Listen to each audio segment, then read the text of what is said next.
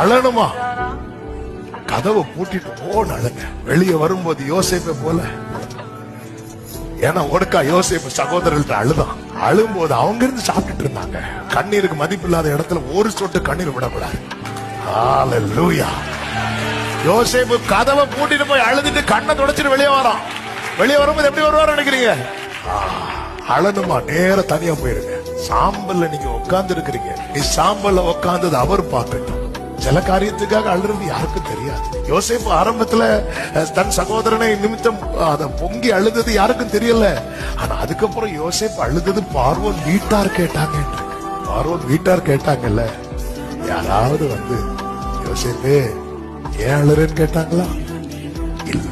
அப்படி கேட்கறதுக்கு ஒரே ஒருத்தர் தான்.